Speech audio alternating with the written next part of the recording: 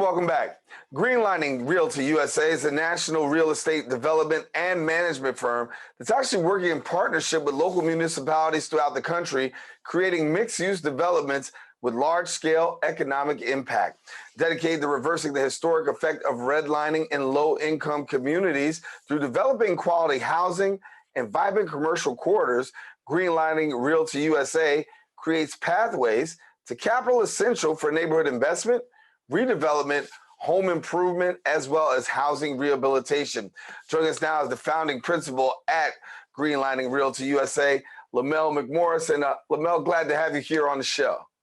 Glad to be here. Thank you, Darren.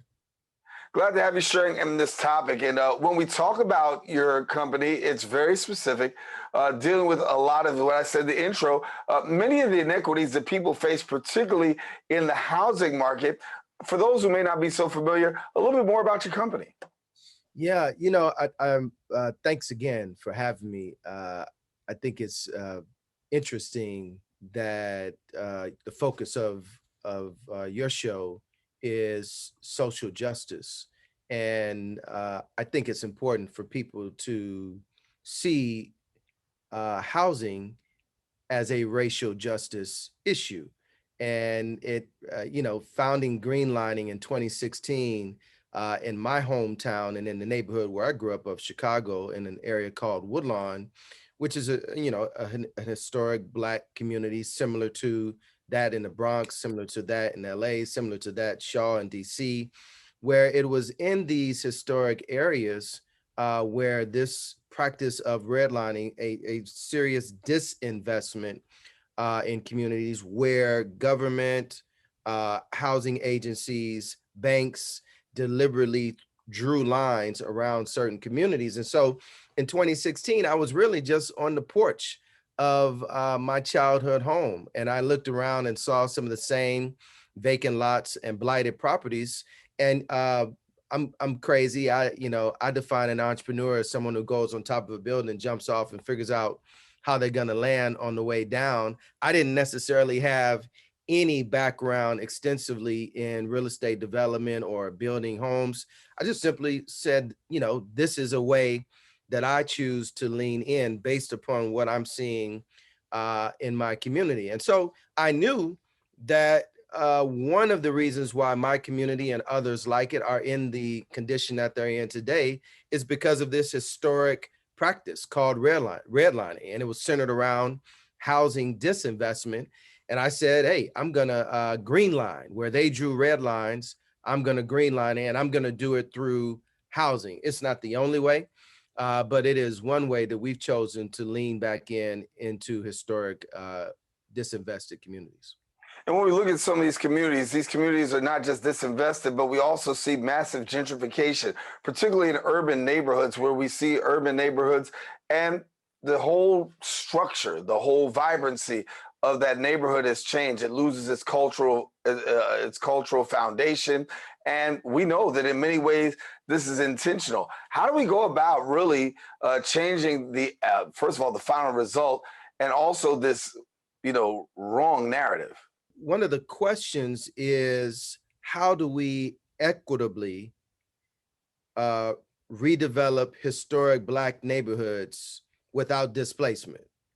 Gentrification does not necessarily have to be a bad word, and it especially does not have to be a bad thing for Black and brown people. The challenge and the question is, how do we equitably reinvest and develop these communities without people being displaced? And so if you look at it through the lens of equity, so it's simply saying that the bones of my neighborhood in Woodlawn on the south side of Chicago are no different than the neighborhoods on the north side. The only difference is a lack of investment. And when we do invest, it doesn't mean that the folks in my community are not worthy of livable, walkable, playable amenities in a vibrant commercial corridor where restaurant, dining, entertainment opportunities. The neighborhood should not have to change. My neighborhood, my folks and folks that look like you and I are worthy of the same amenities. And so we shouldn't look at gentrification. And then, everyone is welcome to move into thriving communities. It's just about equity. So we're saying that the same investment, because the same bones of the community on my side of town are worthy as the other side of town. In the Bronx are worthy as Manhattan.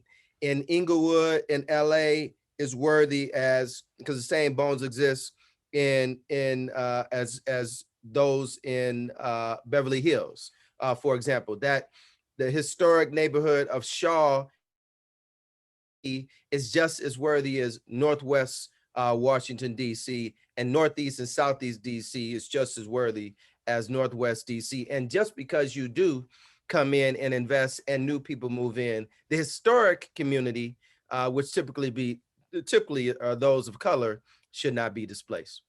How do we get this area of investment in the neighborhoods? I mean, obviously, I think that you've got great information that you can probably share with us about what are some of the best ways that we can really approach this to enhance neighborhoods. Well, listen, I can only really go through my story and my testimony. I think hopefully what some of your viewers and listeners will see, a couple of takeaways are: one, it's just like the rapper said, at some point we've got to go buy back the block. I have worked in as an entrepreneur. I'm a kid from my neighborhood. I decided that I was going to go back. I'm not some multi-millionaire, billionaire, but I did this through partnerships, which I've learned early on in my career, that there are agencies that are designed, like the National Community Reinvestment Coalition, who partner with us as an entity out of Washington, D.C., whose mandate and mission is to go back in these communities. And then, I looked at the organizations that have been doing the work in my neighborhood, which was the YWCA, which is an entity called Sunshine Gospel. Sometimes it's not always the quote unquote blue chip organizations in every community. They're folks that have been doing the work. And so part of this comes through, going to financial institutions and other nonprofits that have a mandate for doing this work, and then partnering with the existing, because it's all about bringing everyone up at the same time. I am not some savior coming to my neighborhood or any community to redevelop. I think we have what we need. A lot of times it's not been coalesced. A lot of times there's not been partnership. And a lot of times we've just, frankly, it's just not been a will. And folks have not beat on the table to say, hey, our communities are worthy. We don't necessarily have to be displaced in order for our communities to be vibrant. And it comes with both outside of in the nonprofit world. And then I think we have to really put forth real serious policy changes and policy opportunities. One example of an effort from a policy standpoint to redress systemic and historic racism, whether it be in housing or education, but in this case, in housing, is what was done in the city of Evanston, Illinois, where they were very deliberate, tangible. If you want to repair issues of reparative justice and talk about, if you will, reparations and how to repair systemic inequities, they decided from a local legislative standpoint to do it around housing. And they have legislation specifically and funds designated around housing for those who can prove during a certain time frame in certain communities that were disenfranchised, disinvested, and experienced this type of segregation. There are funds set aside for home improvement, for down payment assistance, for those who have been historically disadvantaged. Yeah. And I think what was done in Evanston, again, connected to a tangible outcome around a real systemic issue, is an example of what we can do, not just on the federal level, but in local communities around the country. When you talk about passing a reparations bill, of course, Evanston is unique in its own right, but it's something that can be accomplished. I think when you look at what happened in Evanston, a lot of people can say, listen, it's happened here, it can happen over here. But we know that sometimes policy, elected officials, and simply red tape Right. gets in the way. But we do know, and we do have evidence that this actually works. Yeah. And listen, we're talking uh, 50 to 100 years of deliberate systemic and if you frankly we can go longer over 3 or 400 years, but specifically around housing in urban communities especially, we're talking about 50 to 100 years of legalize segregation and disinvestment. So it's not going to get, my point is, it's not going to get done overnight.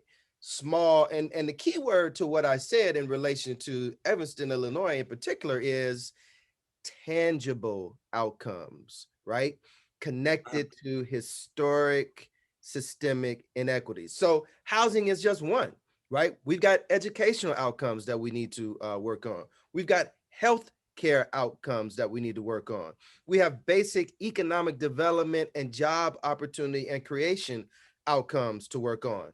The model, though, is look, we have a local municipality that technically sits outside of an urban, but still it gives us model legislation on a local level that should and can be duplicated on a state level and ultimately on a federal level. And that's what we need to start with. And I hope that your listeners in the New York area will really take a hard look at Evanston, Illinois, and what they did around reparative justice, in particularly housing, and making a model of reparations legislation on the local level.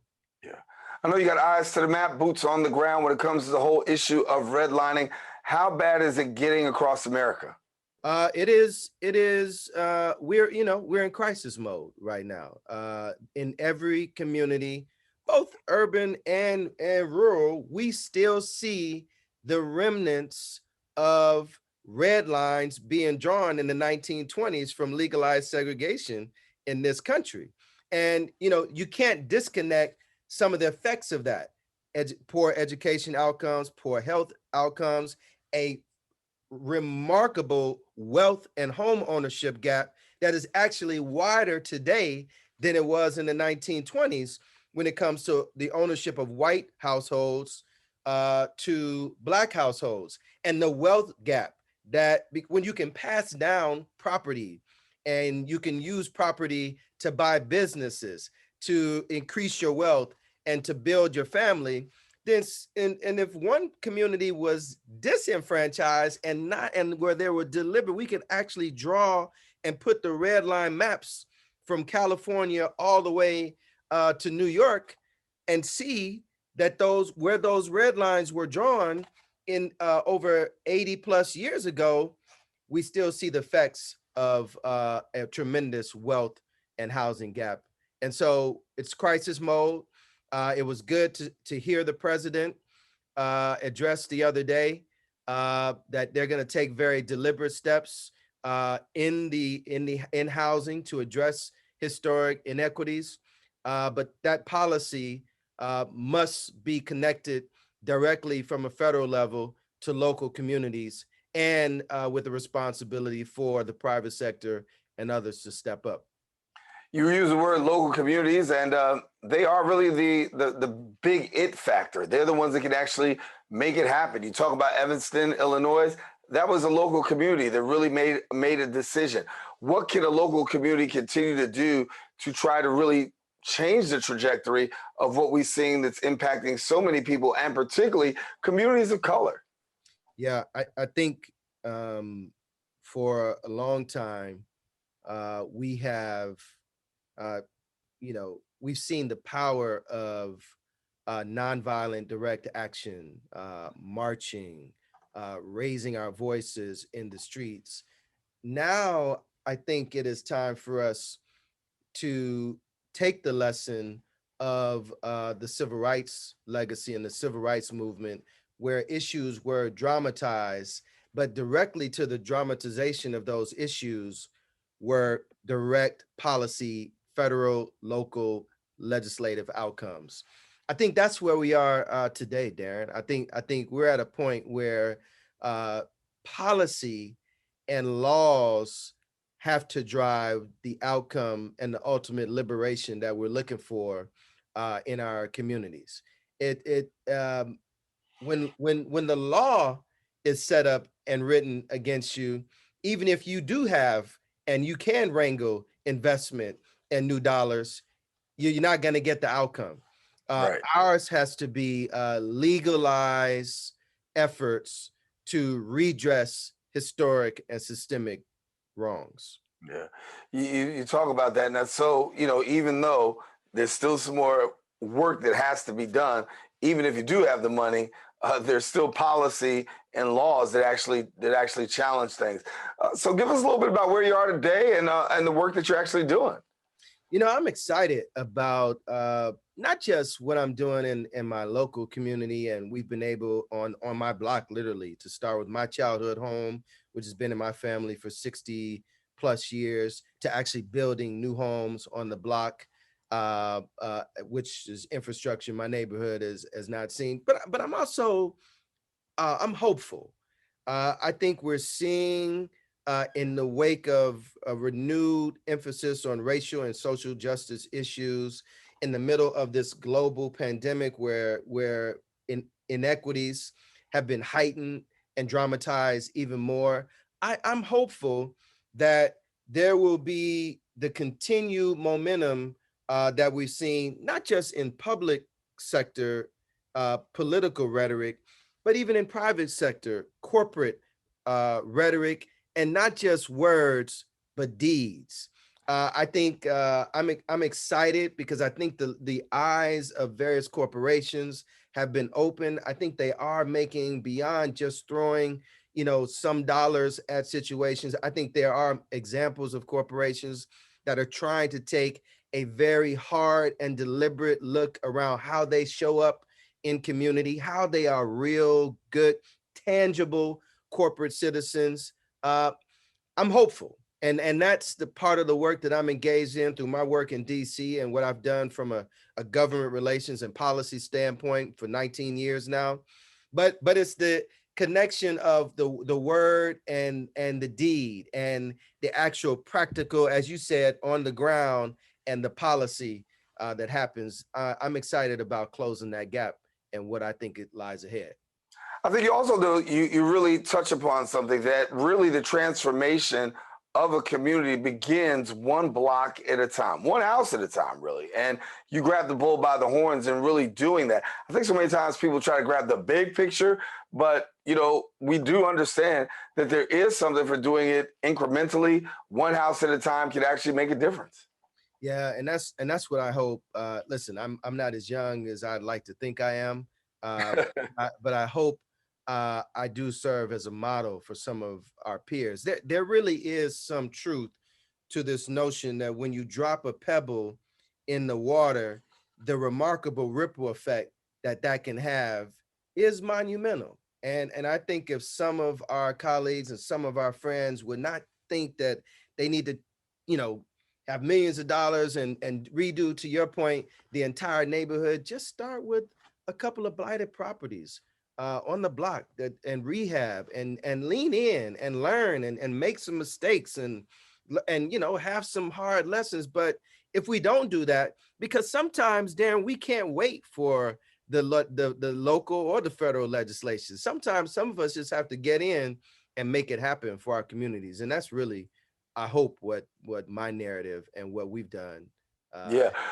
And what advice do you have for somebody who may not have the capital, right? Maybe I got a couple of houses on my block I could do something with. I don't necessarily have the capital. How do I turn the corner and being able to do that? I have the heart, just like you say, want to see it done, want to be able to done. I can't do the big thing, but there's certainly something that I could be able to do. How do I get my foot in the door and what do I do?